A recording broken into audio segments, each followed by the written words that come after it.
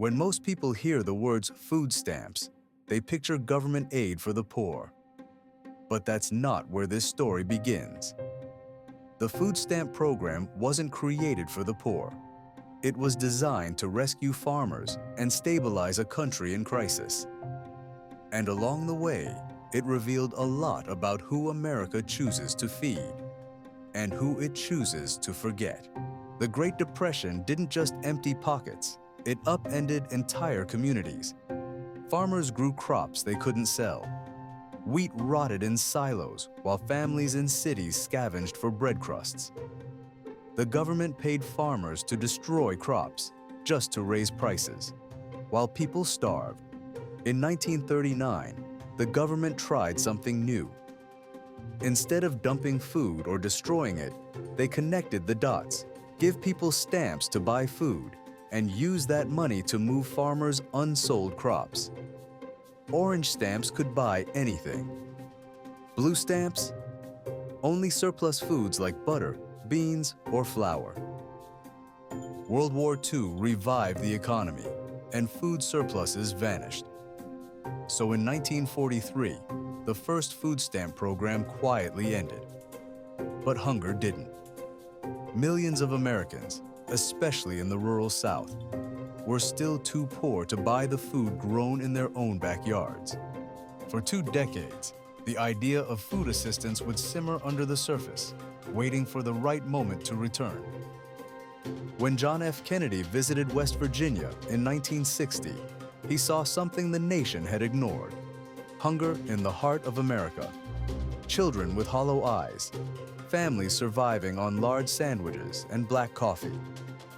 He revived food stamps in 1961, and by 1964, President Lyndon B. Johnson signed the Food Stamp Act into law, part of his war on poverty. The idea was simple: feed the hungry, help the farmers, restore dignity. Ironically, it was a Republican president, Richard Nixon, who made food stamps what they are today. Under his administration, the program expanded nationwide, and by 1974, every U.S. county had access. He recognized that feeding the hungry wasn't just charity, it was economic stability. But not everyone agreed. In the 1980s, food stamps became a political football. Some called them lifelines, others called them handouts.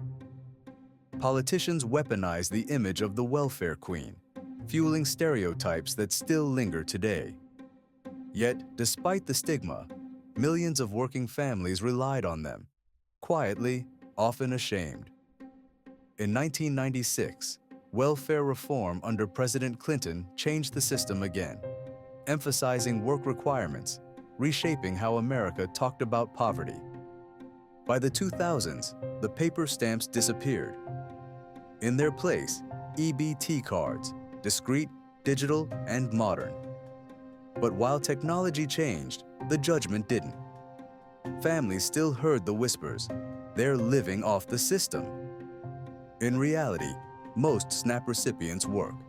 They just don't earn enough to survive in a system stacked against them. When COVID-19 hit, food insecurity exploded. Families who never thought they'd need help suddenly found themselves in food bank lines stretching for miles.